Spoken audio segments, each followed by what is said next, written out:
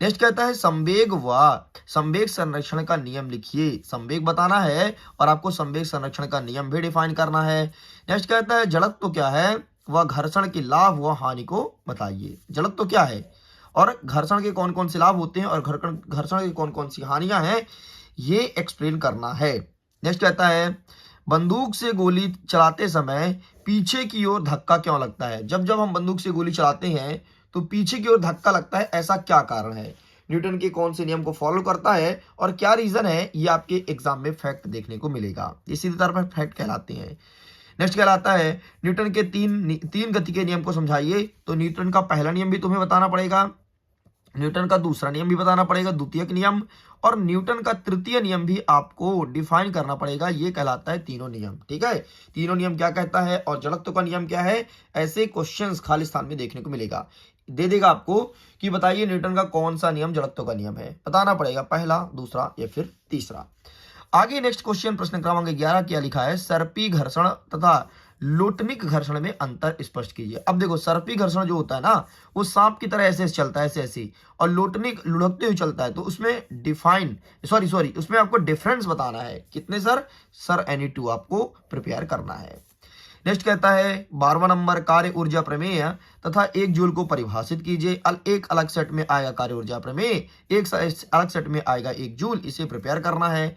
Next कहता है संघट्ट से क्या तात्पर्य है और प्रत्यस्थ और अप्रत्यस्थ संघट्ट को एक्सप्लेन कीजिए। ठीक है, कुछ जगह आएगा कि समझाइए और कुछ जगह आएगा कि अंतर स्पष्ट कीजिए, अलग अलग पैटर्न में पूछेगा।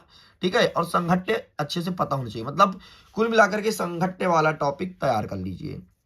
नेक्स्ट कहता है संरक्षी व असंरक्षी बल में अंतर स्पष्ट कीजिए। नेक्स्ट कहता है जड़त्व आघूर्ण क्या है, वह किन किन कारकों पर निर्भर करता है। ये चीज हमारे एग्जाम में देखने को मिलेगा। आगे बढ़ते हैं, कोणीय संवेग संरक्षण का नियम बताना है। कोणीय संवेग तथा बल आघूर्ण में अंतर स्पष्ट कीजिए। और एक क्वेश्चन आएगा कि बताओ बल आघूर्ण कैसी राशि है, अदिश है कि सदिश है। ठीक है, स्केलर है कि वेक्टर है, ये एग्जाम में देखने को मिलेगा। नेक्स्ट कहता है गुरुत्वाकर्षण का नियम क्या है, ग्रेविटेशनल फोर्स के बारे में बात कर रहा है।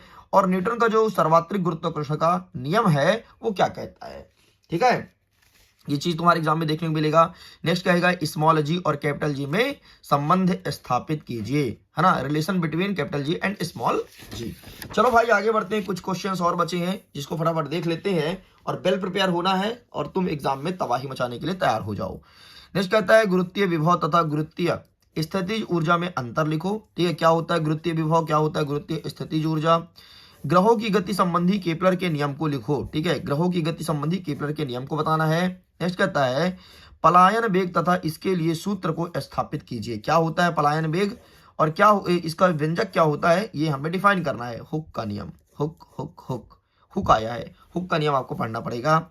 यंग प्रत्यस्थ गुणांक को परिभाषित कीजिए और इसका सूत्र भी लिखिए। ठीक है, यंग प्रत्यस्थ। नेक्स्ट कहता है सिद्ध कीजिए कि रबर स्टील से अधिक प्रत्यस्थ होता है, आखिरकार क्यों। हाइड्रोलिक प्रेस, ठीक है, या द्रव चलित लिफ्ट के सिद्धांत को समझाइए। मतलब ये पास्कल के नियम की बात कर रहा भाई साहब, ये आप देखो पास्कल का नियम अलग से दे दिया, ये आपके एग्जाम में 100% मार्किंग हो रही है। ठीक है, पास्कल का नियम और बर्नौली का प्रमेय, ये बर्नौली पढ़ लेना भाई, बर्नौली काफी इंपॉर्टेंट है। एमपी बोर्ड माँ कसम खाया कि हर बार बर्नौली देंगे, तो पढ़ लेना। नेक्स्ट कहता है रेखीय प्रसार गुणांक तथा क्षेत्रीय प्रसार गुणांक लिखो। ठीक है, क्या होता है रेखीय प्रसार गुणांक, क्या होता है क्षेत्रीय प्रसार गुणांक, ये चीज हमें बताना है। नेक्स्ट हमारा क्वेश्चन कहता है उष्माधारिता व विशिष्ट उष्मा में अंतर लिखिए।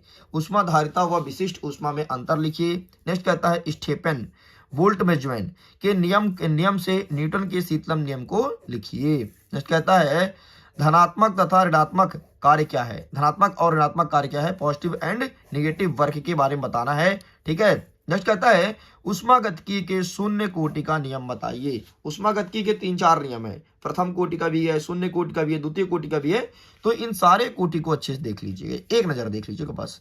नेक्स्ट कहता है समतापी प्रक्रम तथा रुद्धोष प्रक्रम में अंतर स्पष्ट कीजिए। सरल आवर्त गति कण का विस्थापन समीकरण स्थापित कीजिए।